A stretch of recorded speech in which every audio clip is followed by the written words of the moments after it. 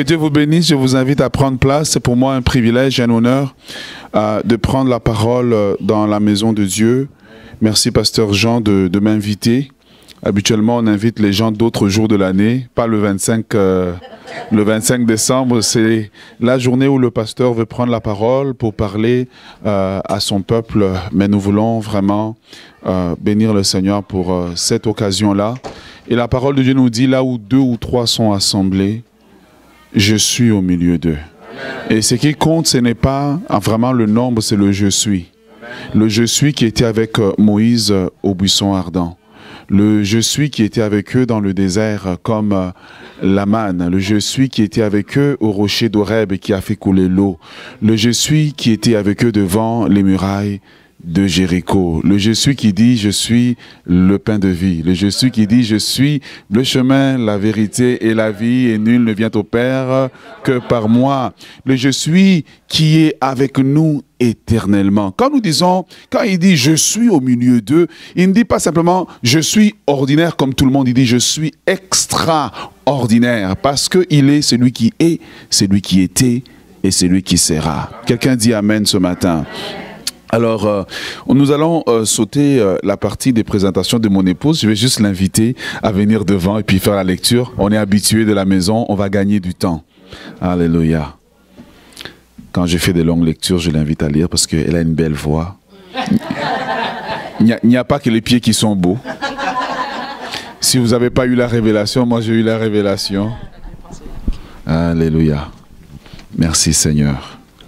Alors on m'a dit que vous aimez la parole, que j'ai 3 heures pour prêcher ce matin. Est-ce un rire en langue? Alléluia. Nous allons lire 3 textes ce matin. 3 textes ce matin qui vont nous aider. Le premier texte sera dans Luc chapitre 1, le verset 26 à 38. Je vais demander à notre sœur qui est à la sono, si c'est possible peut-être d'augmenter mes retours, sinon ma voix elle va monter. J'ai comme des tendances africaines. Il faut que je m'entende. Ah voilà, il faut que je m'entende fort là. Sinon j'ai l'impression que je prêche pas. Voilà. Alors si tu vois à un moment donné que mon ton il monte, tu augmentes mes retours, c'est un petit truc que je te donne. Alors Luc chapitre 1, le verset 26 au verset 38, ce matin, j'aimerais parler de 4 décisions à prendre pour changer le monde. Ou 4 décisions à prendre pour entrer dans une vie extraordinaire. Quelqu'un dit une vie extraordinaire. 4 décisions à prendre pour entrer dans une vie extraordinaire. Nous lisons dans Luc chapitre 1, le verset 26 à 38. Au 6e mois, l'ange Gabriel fut envoyé par Dieu dans une ville de Galilée appelée Nazareth, auprès d'une vierge fiancée à un homme de la maison de David nommé Joseph. Le nom de la vierge était Marie.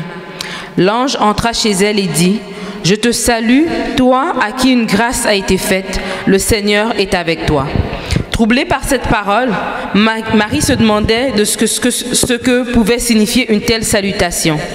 L'ange lui dit: « Ne crains point, Marie, car tu as trouvé grâce devant Dieu. Et voici, tu deviendras enceinte et tu enfanteras un fils, et tu lui donneras le nom de Jésus. Il sera grand et sera appelé Fils du Très-Haut, et le Seigneur Dieu lui donnera le trône de David, son père. Il régnera sur la maison de Jacob éternellement, et son règne n'aura point de fin. » Amen. Marie dit à l'ange: « Comment cela se ferait-il, puisque je ne connais point d'homme? » L'ange lui répondit: « Le Saint-Esprit viendra sur toi, Amen. Et la puissance du Très-Haut te couvrira de son ombre. C'est pourquoi le Saint-Enfant qui naîtra de toi sera appelé Fils de Dieu. Voici, Élisabeth, ta parente, a conçu elle aussi un fils en sa vieillesse, et celle qui était appelée stérile est dans son 6e mois. Car rien n'est impossible à Dieu. » Amen. Marie dit: « Je suis la servante du Seigneur, qu'il me soit fait selon ta parole. » Et l'ange la quitta. Amen. Le deuxième texte sera dans Jean chapitre 1, le verset 1 à 14. Évangile de Jean, chapitre 1, le verset 1 à 14. Au commencement était la parole, et la parole était avec Dieu, et la parole était Dieu. Elle était au commencement avec Dieu. Toutes choses ont été faites par elle, et rien de ce qui a été fait n'a été fait sans elle. En elle était la vie, et la vie était la lumière des hommes. La lumière luit dans les ténèbres, et les ténèbres ne l'ont point reçue. Il y eut un homme envoyé de Dieu, son nom était Jean. Il vint pour servir de témoin, pour rendre témoignage à la lumière, afin que tous croient par lui. Il n'était pas la lumière, mais il parut pour rendre témoignage à la lumière. Cette lumière était la véritable lumière, qui, en venant dans le monde, éclaire tout homme. Elle était dans le monde, et le monde a été fait par elle, et le monde ne l'a point connue. Elle est venue chez les siens, et les siens ne l'ont point reçue. Mais à tous ceux qui l'ont reçu, à ceux qui croient en son nom, elle a donné le pouvoir de devenir enfants de Dieu, lesquels sont nés non du sang, ni de la volonté de la chair, ni de la volonté de l'homme, mais de Dieu. Et la parole a été faite chair, et elle a habité parmi nous, pleine de grâce et de vérité. Et nous avons contemplé sa gloire, une gloire comme la gloire du Fils unique venu du Père. Amen. Nous terminons avec Marc chapitre 14, le verset 35 au verset 38. Marc 14, verset 35 à 38. Puis, ayant fait quelques pas en avant, il se jeta contre terre et pria que, s'il était possible, cette heure s'éloigne de lui. Il disait, « Abba, Père, toutes choses te sont possibles. Éloigne de moi cette coupe.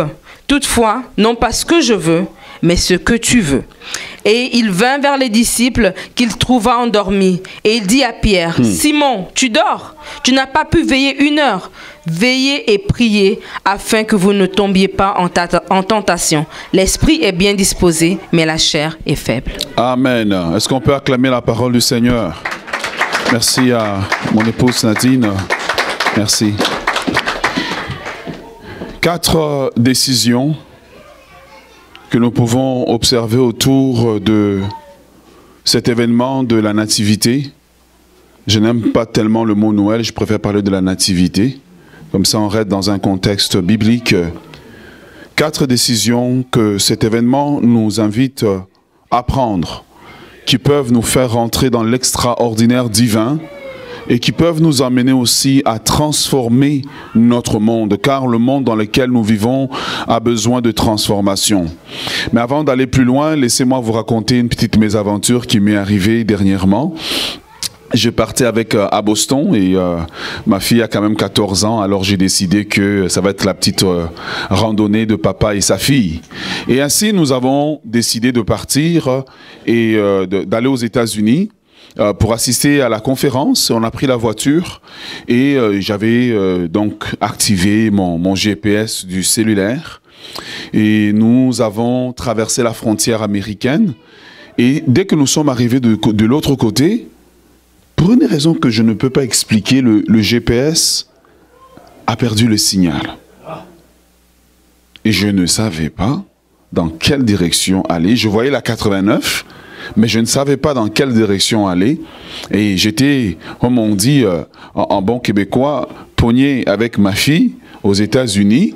Je devais être à Boston vers la conférence, prendre la réunion de 11 heures. Donc j'avais calculé tout dans le GPS pour tomber à l'heure à la conférence.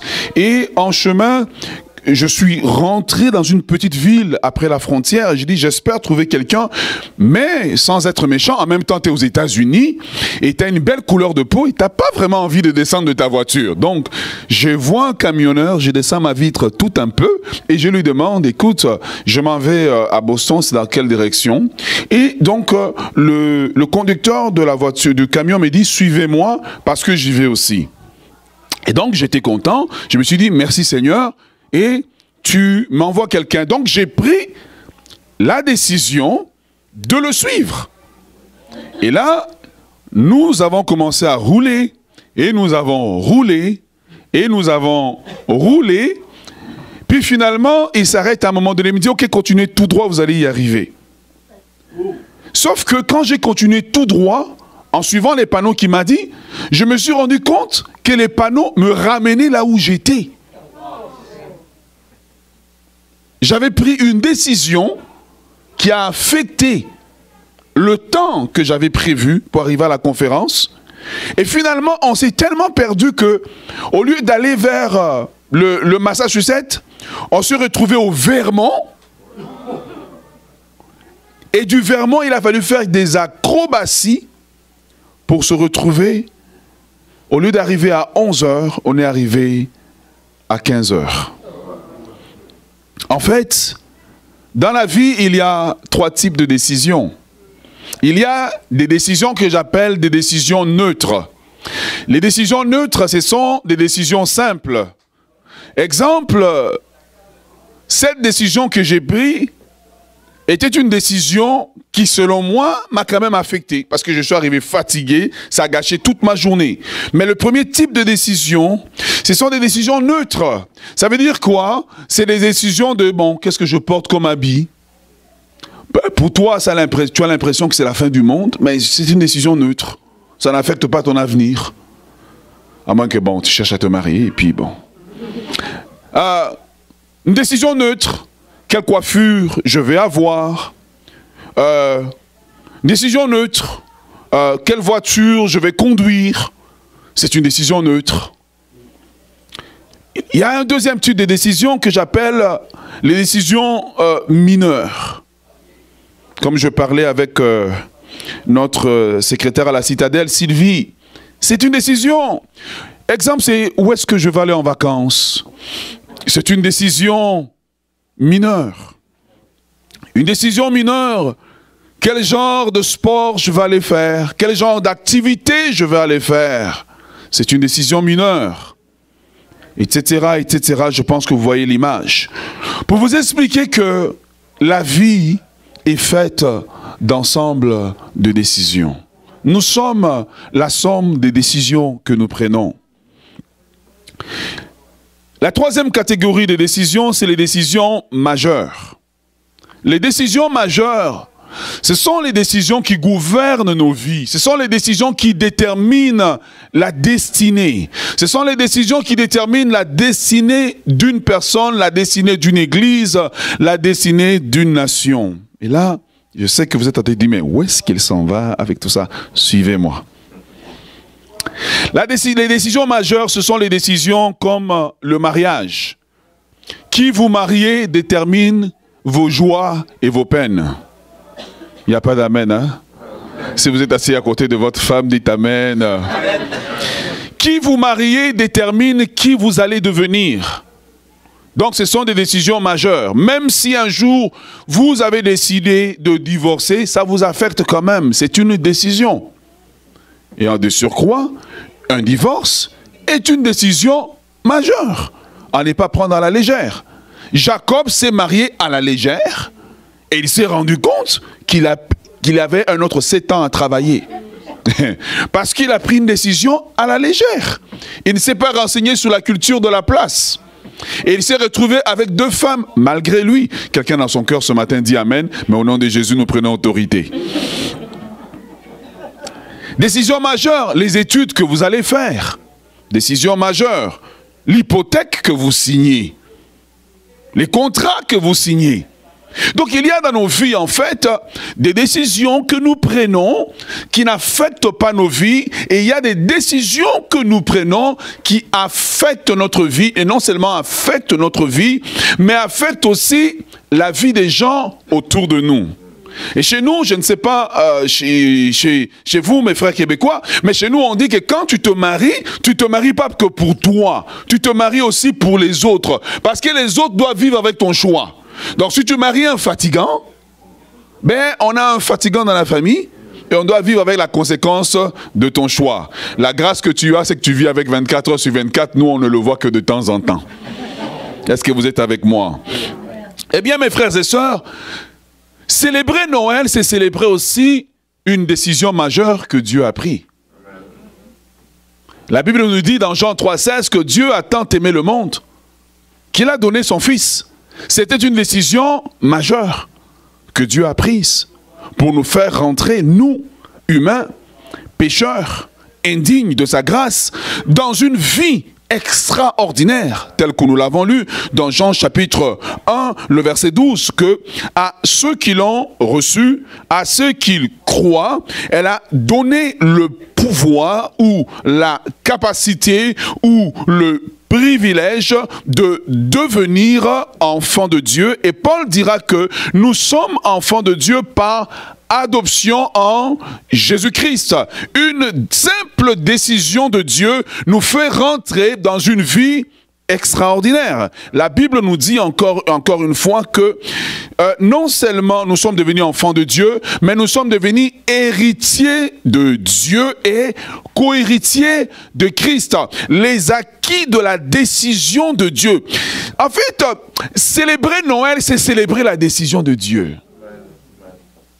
Célébrer Noël, c'est célébrer une décision majeure de Dieu qui affecte non seulement nos vies, mais qui affecte l'histoire. Parce qu'à partir de la décision de Dieu, Christ est venu et on peut dire que nous sommes en l'an 2017 après Christ. C'est une décision qui affecte l'histoire. Et non seulement c'est une décision qui affecte l'histoire, mais ce matin, en célébrant la nativité, Dieu nous appelle à prendre son exemple.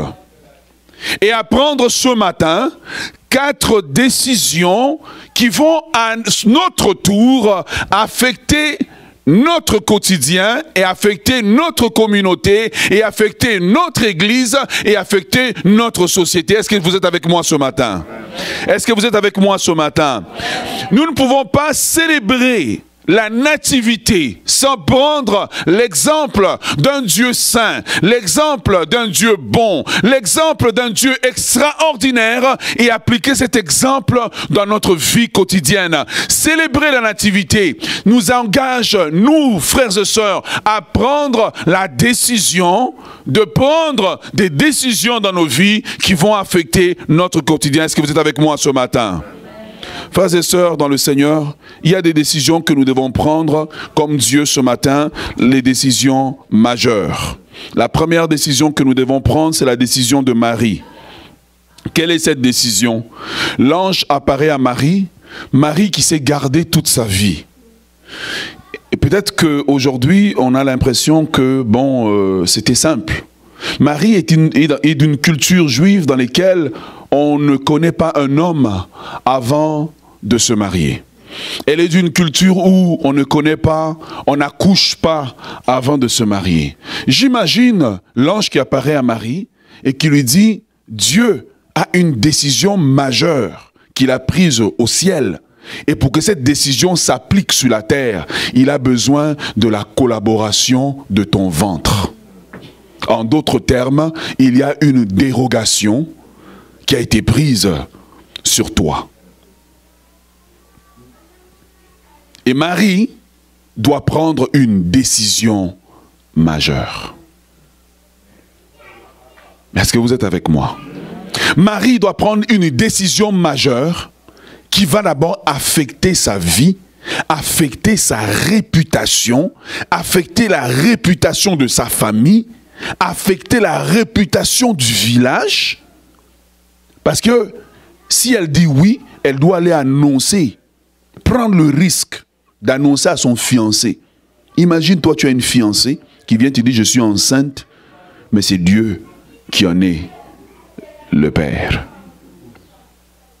Imagine-toi qu'elle doit annoncer à ses parents, à sa mère, qui toute sa vie a rêvé, a raconté à ses amis que ma fille a enfin trouvé l'os de ses os et la chair de sa chair. Enfin, elle peut conjuguer le verbe parler, non au singulier, mais parler au pluriel, en disant nous, moi et Joseph. Et elle doit venir briser le cœur de sa mère pour annoncer qu'elle est enceinte. Une décision majeure. Marie arrive et elle dit à l'ange qu'il me soit fait selon ta volonté. Frères et sœurs, la première décision que nous devons prendre en célébrant Noël et en rentrant en 2018, c'est commencer à prier Dieu pour que notre vie devienne l'expression de sa volonté. Amen. Hey, facile dit amen, hein? J'ai dit, hein, la première décision. La vie chrétienne véritable, c'est la vie qui prie, Seigneur, que ta volonté soit faite dans ma vie. Maintenant, j'aimerais vous emmener un peu à comprendre. Parce que souvent on dit la volonté de Dieu. Si tu es un prédicateur, tu pries pour la volonté de Dieu, c'est que tu rêves que tu pries et puis il y a 150 000 personnes qui t'écoutent. Tu dis ça, c'est la volonté de Dieu. Si tu es une femme mariée que tu pries pour la volonté de Dieu, peut-être que tu pries pour la volonté de Dieu, c'est que tes enfants soient sages, ton mari ne te trompe jamais, qu'il fasse de l'argent et que tu n'aies plus à travailler, qu'il retourne à la maison et vous avez un foyer heureux. Priez pour la volonté de Dieu. C'est la prière la plus puissante que vous ayez à faire. Priez pour que votre vie devienne la manifestation de la volonté de Dieu. C'est la prière la plus juste et la plus humble que vous puissiez faire. C'est la prière la plus importante que vous puissiez faire. Au-delà de demander à manger, à boire, la Bible dit que votre Père Céleste sait que vous en avez besoin. Mais la prière qui transforme une vie ordinaire en une vie extraordinaire, c'est la prière qui dit que ta volonté soit faite. Marie était une femme ordinaire. C'est le jour où elle a fait cette prière, qu'il me soit fait selon ta volonté, qu'elle est rentrée dans les annales de l'histoire. Tu peux transformer ta vie, tu peux transformer la vie de ta famille en disant, Seigneur, qu'il me soit fait selon ta volonté. Bien souvent, là où nous lions le diable, en réalité, souvent nous luttons contre la volonté de Dieu. Parce que tu as l'idée de ce que ta vie devrait devenir. Marie avait rêvé qu'elle va se marier vierge, qu'elle va se marier avec tous les honneurs. Dieu dit que pour que mon plan s'accomplisse, je vais t'emmener dans un chemin d'humiliation. Est-ce que tu es prêt à suivre le Seigneur? Je ne vous raconte pas ça. Je vous raconte ça parce que ce sont les prières que j'ai commencé à faire. Je me suis rendu compte que quand tu pries pour que ta vie devienne la manifestation de la volonté de Dieu, tu ne crains plus le diable. Tu sais pourquoi? Partout où tu es, tu sais que c'est la volonté de Dieu. Partout où tu vas. La Bible dit que Jésus leur dit, passons de l'autre bord. C'était la volonté de Dieu. Pendant qu'ils sont en train d'aller de l'autre bord, Jésus dort. Mais ils sont dans la volonté de Dieu. La tempête est là. Parce qu'ils sont dans la volonté de Dieu, ils peuvent le réveiller. Quand tu n'es pas dans la volonté de Dieu, tu iras tout seul. Tu cries, Jésus était sur la plage, il dit, je ne t'ai jamais envoyé là. Fais demi-tour toi-même. La plupart des choses avec lesquelles vous luttez, nous luttons, c'est parce que nous luttons parce que nous ne voulons pas courber devant la volonté de Dieu. La volonté de Dieu parfois, c'est un chemin difficile. La volonté de Dieu parfois, c'est un conjoint qui décède, mais nous disons qu'il me soit fait selon ta volonté. Parce que tu sais mieux que moi ce qu'il me faut. Je me dis amen à moi-même. Ou bien dites aïe, dites quelque chose au moins. Est-ce que vous êtes avec moi? Priez pour que votre vie devienne l'expression de la volonté de Dieu. Priez pour que tout ce que vous faites devienne l'expression de la volonté de Dieu. Marie a dit, je prends cette décision, mon ventre de quel les hommes vont se moquer devient la manifestation de la volonté de Dieu. Les insultes que je recevrai deviennent la manifestation de la volonté de Dieu. La volonté de Dieu n'est pas toujours que les gens vont acclamer. La volonté de Dieu n'est pas toujours que les gens vont nous célébrer. La volonté de Dieu parfois c'est qu'on sera incompris. La volonté de Dieu parfois c'est qu'on sera rejeté. La volonté de Dieu parfois c'est que oui, je te conduis par la maladie, mais cette maladie sert à glorifier mon nom. Au travers de cette maladie, je peux sauver les gens. Et Dieu cherche des gens qui peuvent rentrer dans l'extraordinaire du vin par cette prière, qu'il me soit fait selon ta volonté. Célébrer Noël, c'est accepter de courber devant la volonté de Dieu. Ma volonté courbe devant la volonté de Dieu. Mes désirs courbent devant la volonté de Dieu. Je courbe devant la volonté de Dieu. Ouais. Et Jean a raison de dire, et la parole a été faite. Cette parole, c'était la volonté. Quand tu vois Jésus, tu vois la volonté de Dieu que Marie a acceptée. Quand tu voyais les malades guéris, c'était la volonté de Dieu que Marie a acceptée, qui était rentrée dans sa pleine manifestation. Quand tu vois des milliers et des milliers d'âmes sauvées, c'est la manifestation de la volonté de Dieu que Marie a acceptée. Si tu acceptes la volonté de Dieu dans ta vie, la gloire de Dieu va se manifester. Amen. Mais souvent nous luttons avec la volonté de Dieu. Nous luttons, nous ne voulons pas. Nous tombons en dépression, nous changeons d'église. Nous lions des démons. Et Christ nous montre l'exemple. Il arrive au jardin de Gethsémani. Il dit qu'il me soit fait selon ta volonté. Les chrétiens matures, c'est les chrétiens qui prient pour que leur vie devienne l'expression de la volonté de Dieu. Donc, célébrer la nativité nous appelle à rentrer dans la vie chrétienne mature. Les chrétiens matures ne prient plus pour leurs besoins, pour leurs désirs, mais ils prient pour que leur vie, leurs mains, leurs pieds, leurs yeux, leur carnet de banque, tout ce qu'ils ont devienne l'expression de la volonté de Dieu. Donc quand on te voit, on voit la volonté de Dieu. Tu deviens la volonté de Dieu ambulante. Jésus était la volonté de Dieu ambulant. Marie, quand on se moquait d'elle, elle était la volonté de Dieu ambulante. Est-ce que vous êtes avec moi ce matin? Voici la première décision et la première prière que tu dois faire. Frères et sœurs, tu peux simplifier ta vie de prière. Prie simplement, Seigneur, que ma vie devienne ta volonté. Fais-moi marcher dans ta volonté. Quand tu pries ça, mais le diable est en difficulté. Parce que quand tu le pries sincèrement, Dieu prend le contrôle. Et Dieu a tellement de projets à accomplir ici sur terre qu'il cherche des gens qui vont prier comme Marie. Qu'il me soit fait selon ta volonté. Nous avons assez lutté avec Dieu. Nous avons assez lutté avec Dieu. Il faut maintenant céder à la volonté de Dieu. Ce Noël ici, nous voulons être comme Marie, nous cédons. Je cède. Je cède mon portefeuille. Je cède ma mentalité. Je cède ma façon de voir les choses. Je cède mes pieds. Je cède mes mains. Je cède ma sexualité. Je cède mes émotions. Je cède mes désirs. Je cède tout ce que je suis. Je deviens 100% volonté de Dieu. Autrefois, j'étais 100% colère. Aujourd'hui, je suis 100% volonté de Dieu. Devenons la manifestation de la volonté de Dieu sur terre et nous verrons l'extraordinaire de Dieu se manifester. Parce que Marie est devenue 100% l'expression de la volonté de Dieu. La Bible dit que la parole s'est faite chair. À chaque fois que tu acceptes de devenir l'expression de la volonté de Dieu, la parole se fait chair. Quand Jean dit la parole s'est faite chair, elle ne s'est pas seulement faite chair il y a 2000 ans. Elle désire encore aujourd'hui se faire chair. Et elle cherche des vases contenants. Et vous êtes ces vases dans lesquels la parole veut maintenant venir s'implanter pour se manifester au quotidien.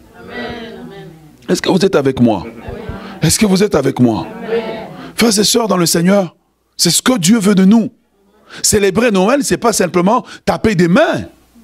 C'est prendre conscience que Dieu attend de moi, que je devienne comme Marie, l'expression de sa volonté sur terre. Mon caractère, par terre, Seigneur, me voici, fais de moi ce que tu veux. Est-ce que vous êtes avec moi?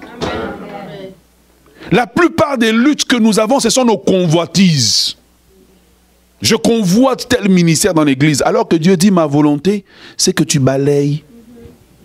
Non, moi je suis un prédicateur, je vais être devant. Mais Dieu sait, ma soeur, que tu es célibataire. En balayant, ton prince charmant va arriver.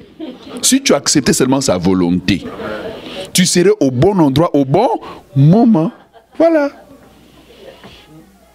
Dieu sait que pendant que tu es en train de balayer là, il y a quelqu'un avec qui tu dois signer un grand contrat. Tu dis non, moi je dirige une entreprise. Comment dans l'église, le pasteur me donne une petite position. Dieu sait ce qu'il fait. Quand tu es dans la volonté de Dieu, le diable n'est plus un sujet d'inquiétude. Quand tu es dans la volonté de Dieu, la maladie n'est plus un sujet d'inquiétude. Frères et sœurs, accepter de fêter la nativité, c'est accepter de céder à la volonté de Dieu. Qu'il me soit fait selon ta volonté. Même mes pensées, que mes pensées deviennent l'expression de ta volonté. Amen. Quand j'ai compris ça, j'ai compris que je luttais avec Dieu. Quand tu deviens l'expression de la volonté de Dieu, tu n'as même plus d'ennemis. Voilà pourquoi la Bible dit aimez vos ennemis. Pas parce qu'eux sont vos ennemis. Pas parce que en fait, vous les voyez comme vos ennemis. Parce que tu ne peux pas naturellement aimer ton ennemi. C'est que lui te voit comme son ennemi, mais tu n'es pas son ennemi. Et que tu comprends alors que toute chose concourt au bien de ceux qui aiment Dieu, même ce qui est mauvais. Est-ce que vous êtes avec moi? Paul accepte de devenir l'expression de la volonté de Dieu. La Bible dit qu'il passe à un moment donné par une tempête. Ils sont dans la mer, le bateau est déchaîné, le bateau fait naufrage. Mais même dans le naufrage, il y a la volonté de Dieu que le bateau fasse naufrage parce que Dieu a vu toute une île qui doit être sauvée. Accepte ce matin de courber devant la volonté de Dieu. Amen. Le plus beau cadeau que nous puissions offrir à Dieu, c'est de dire comme Marie, qu'il me soit fait selon ta volonté. Vous savez, à Noël, on aime s'offrir des cadeaux. Cette année, si on peut offrir un seul cadeau à Dieu, c'est celui-là. Qu'il me soit fait selon ta volonté. Deuxième prière, deuxième décision plutôt. La deuxième décision que nous devons prendre, c'est la décision de crucifier notre réputation. Marie a crucifié sa réputation. Vous imaginez? Imagine, nous on est au 21e siècle. Imagine-toi une sœur juste au 21e de l'église qui est vraiment impliquée. Elle vient annoncer au pasteur, « Pasteur, je suis enceinte. » Imagine le scandale à l'église. Aujourd'hui, dans une société où les gens forniquent un peu partout. Mais imagine-toi, il y a 2000 ans. Marie qui arrive, et puis elle commence à marcher bizarre là. On l'a vu dans un coin, on marchait en train de vomir. La deuxième décision, c'est la décision de crucifier votre réputation. Vous savez, nous nous aimons trop. Comment il a pu dire ça à moi? Jésus dit, mais si on a fait ça au bois vert, qu'est-ce qu'on fera au bois sec? Il dit que le disciple, si je le cote bien, n'est pas plus grand que son maître, qu'on vous traitera comme on l'a traité. Mais nous aimons le bon côté de la vie chrétienne. Célébrer la nativité, c'est entrer dans la peau de Marie et prendre la décision de crucifier sa réputation. Le jour où ta réputation est crucifiée, c'est le jour où Dieu peut se manifester plus. Tant que tu t'aimes, Dieu ne peut pas se manifester. Ça veut dire que ton moi est trop vivant. Moi, on n'a pas chanté mon chant.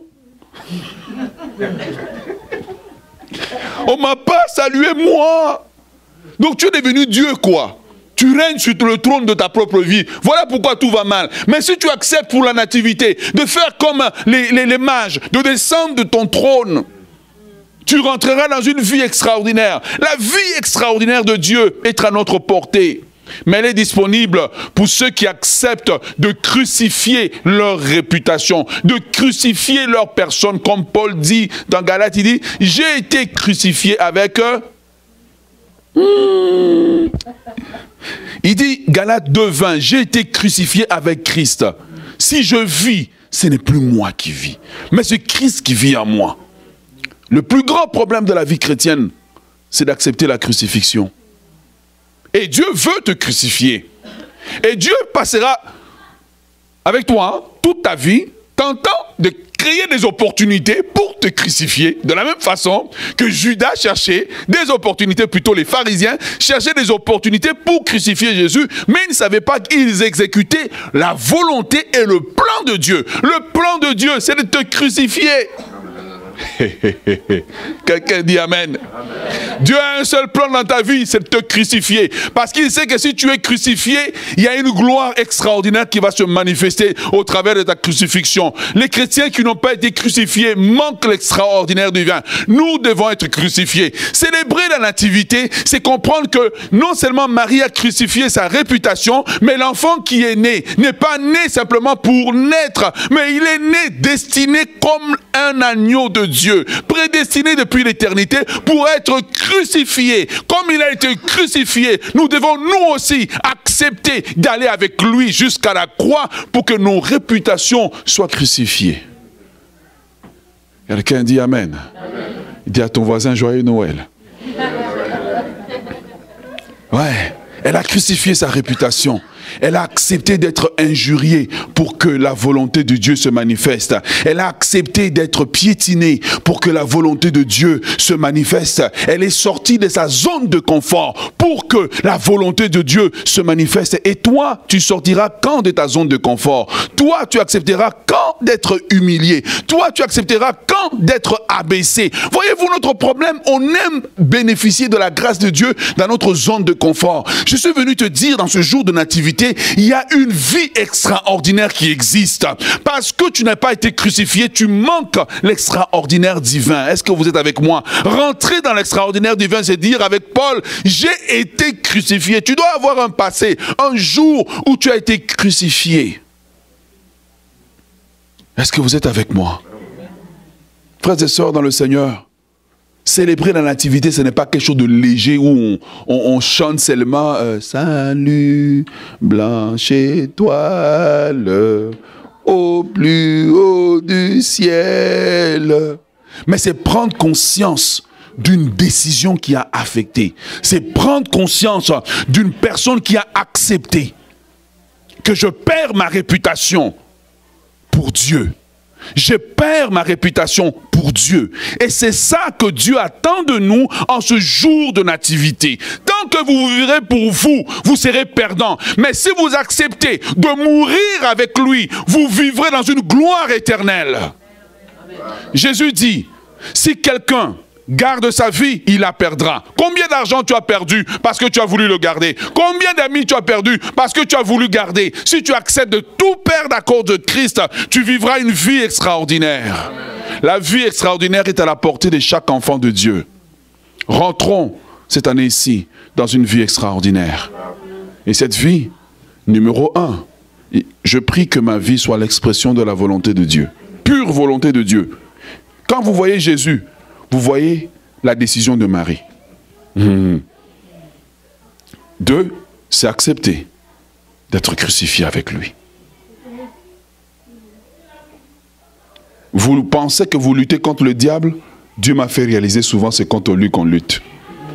Quand tu acceptes de crucifier ta volonté, d'être crucifié ta réputation, il n'y a plus de diable.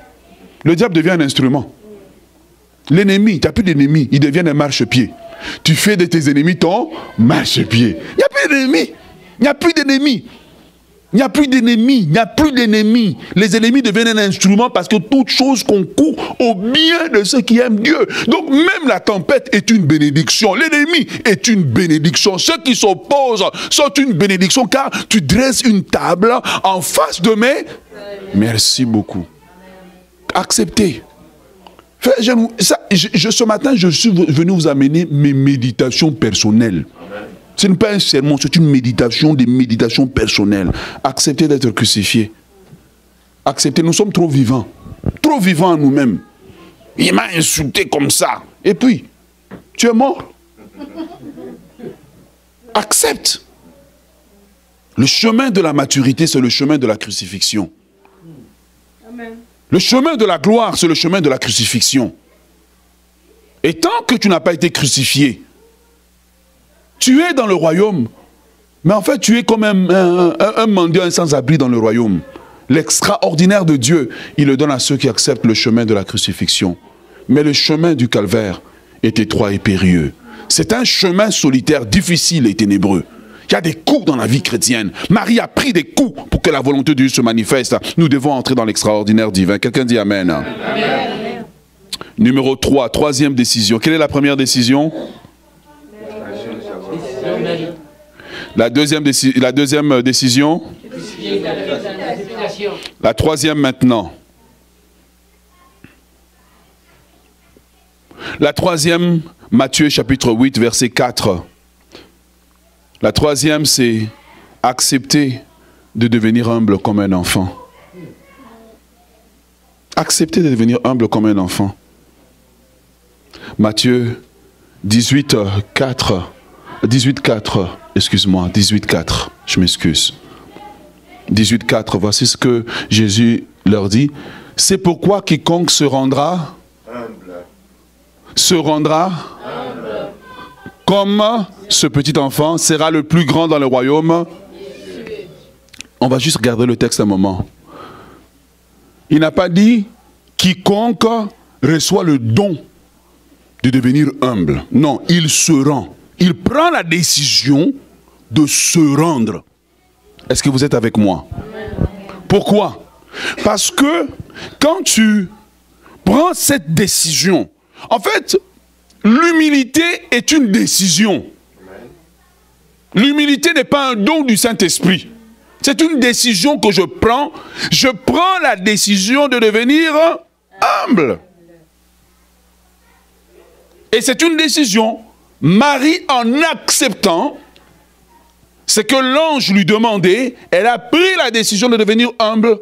Humble, c'est quoi? Humble comme un enfant, ça veut dire je suis malléable.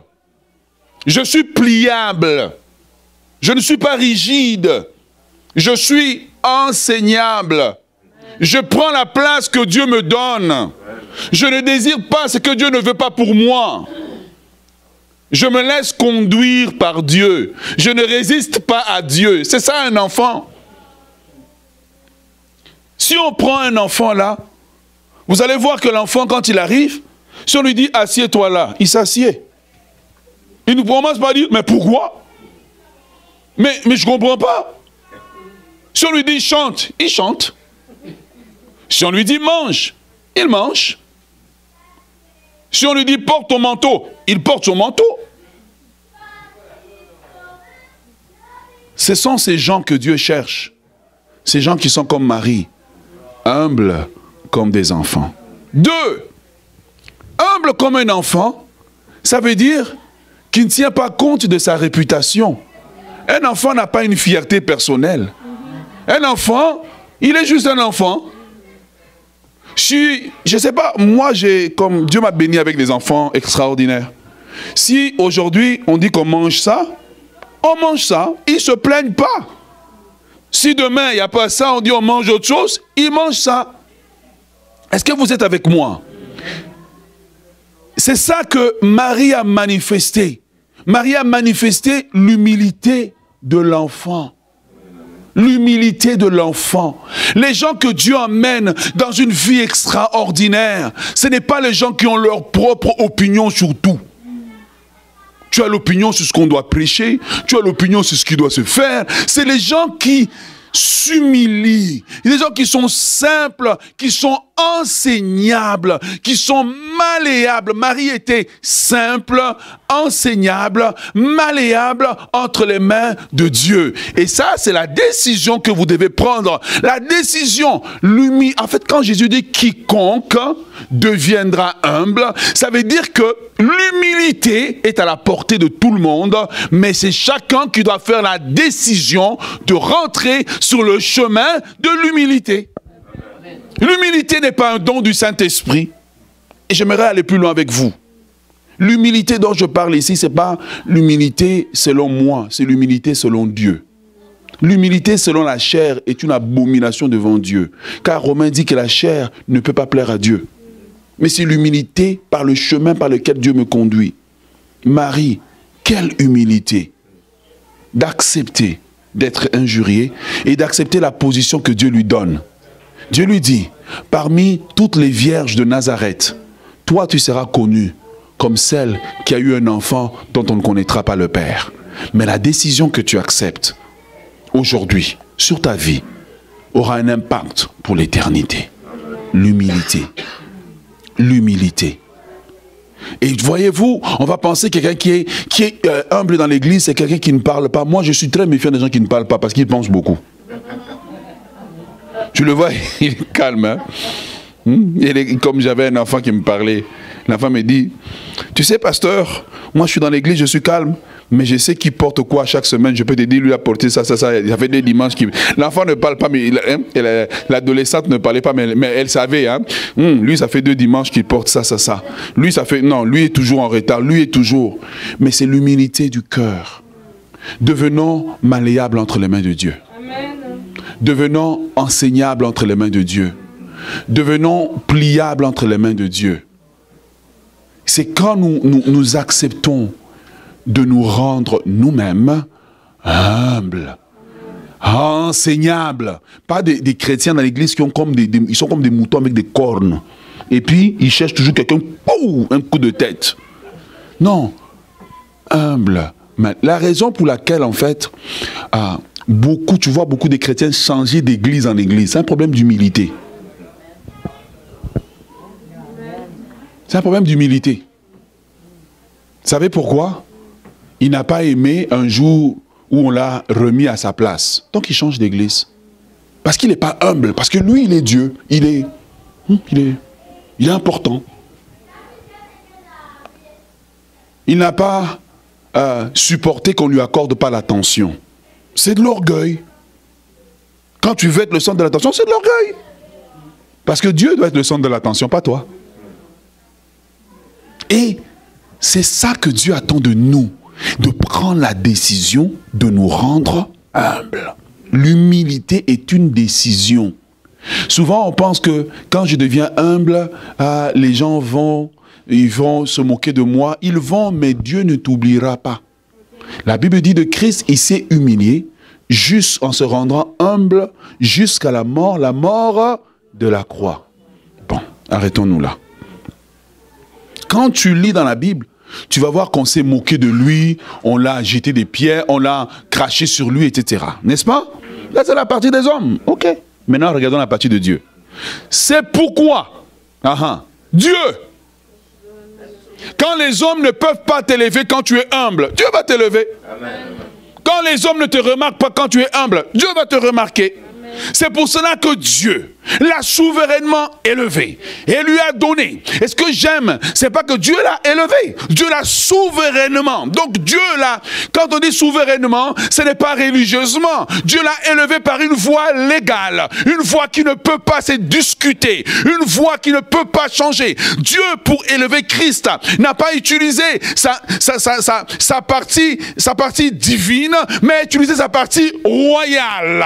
Il a utilisé sa partie par laquelle il peut signer un décret et nul ne peut annuler son décret. Il a utilisé sa partie où il tient les clés de la mort et du séjour de mort. Il a souverainement élevé au-dessus de toute domination, de toute autorité et de tout nom qui puisse se nommer dans le siècle présent et le siècle à venir. Quand tu deviens humble, quand les hommes ne peuvent pas t'élever, Dieu utilise sa royauté, sa souveraineté pour t'élever. L'humilité gagne toujours sur l'orgueil.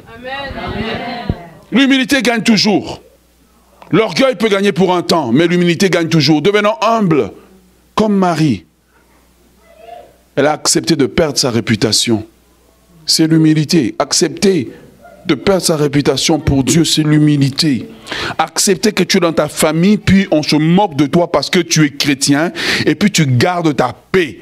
C'est l'humilité. Accepter que parfois tu vas être isolé au travail parce que tu es enfant de Dieu. C'est l'humilité. Et puis tu vois ces gens-là avec amour. C'est l'humilité. L'humilité est une puissance extraordinaire. Est-ce que vous êtes avec moi? Amen. Et nous terminons ce matin. Est-ce que vous êtes bénis? Amen. Terminons ce matin. La dernière chose que j'aimerais citer comme texte par rapport à cette dernière partie. Numéro 4, nous devons laisser Christ transformer notre mentalité. 2 Corinthiens chapitre 4 verset 17 nous dit « Car nos légères afflictions du moment présent produisent pour nous, au-delà de toute mesure, un poids éternel de gloire. » 2 Corinthiens 4, 17. 2 Corinthiens 4, 17. Car nos légères afflictions. du moment présent produisent pour nous, au-delà de toute mesure, un poids éternel de gloire. Si vous voulez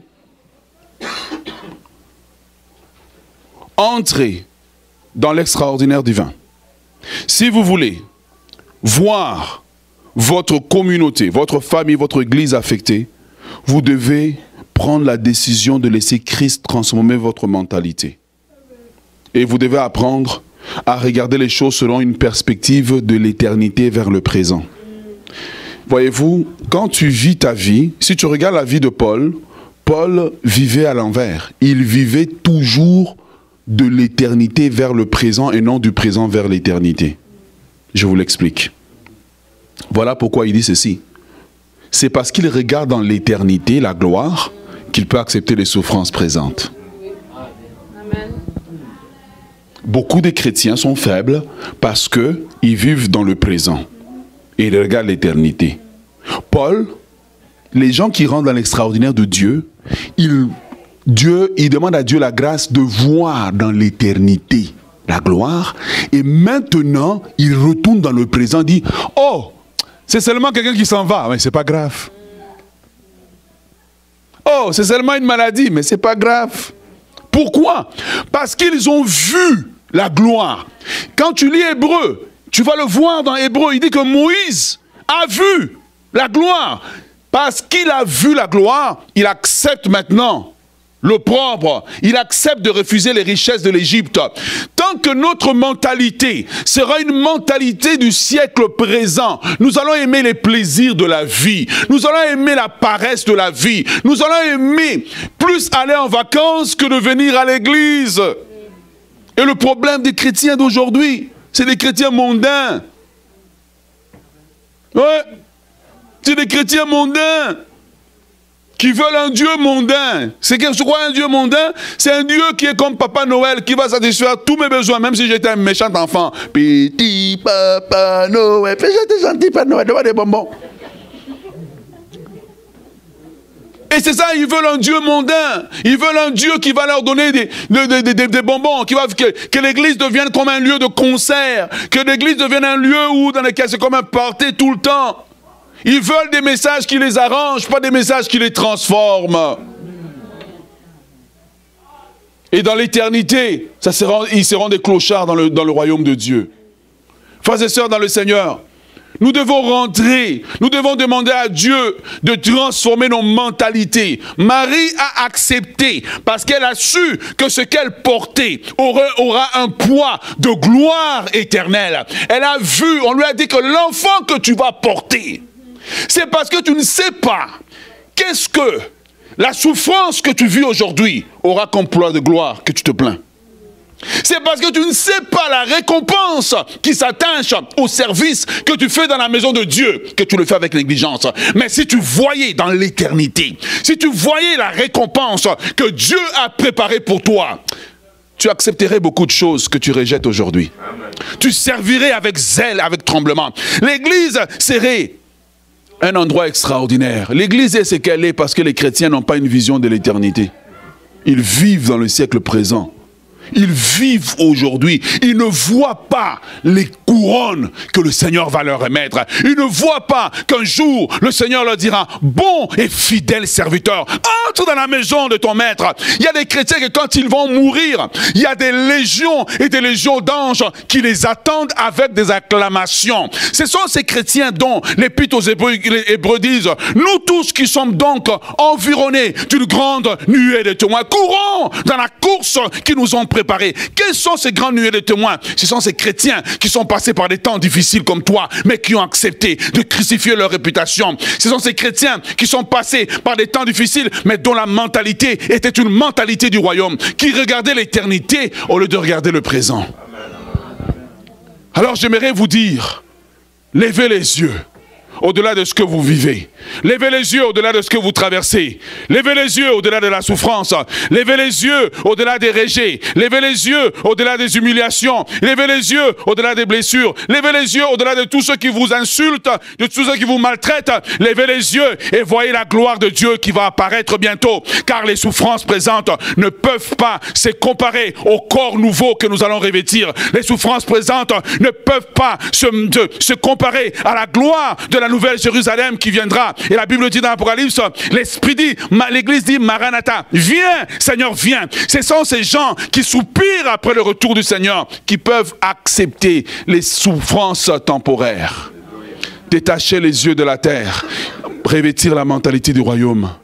Marie a dit, c'est vrai que je suis humiliée aujourd'hui, mais dans cette grossesse, il y a un poids de gloire extraordinaire. C'est vrai que aujourd'hui, on se moque de moi, mais dans cette souffrance, il y a un poids de gloire éternelle. J'aime bien ce chant et j'aimerais qu'on termine avec ce matin. Ouvre les yeux de mon cœur, Père. Je veux te voir, Seigneur. Je veux te voir. Ma soeur, tu peux le faire? Tu n'as pas la partition, mais je n'ai pas la même version que vous, alors on aura un problème technique. Ok. Est-ce qu'on peut avoir les paroles? On va le terminer. Ah, ils sont là. Mais tu es rapide. Alléluia. J'aimerais qu'on termine avec ça. Ouvre les yeux. Parce que vous voyez, quand l'ange est venu, les yeux de Marie se sont ouverts. Il faut que nos yeux s'ouvrent pour que nous puissions voir et accepter de rentrer dans l'extraordinaire divin. Alléluia. Merci Seigneur.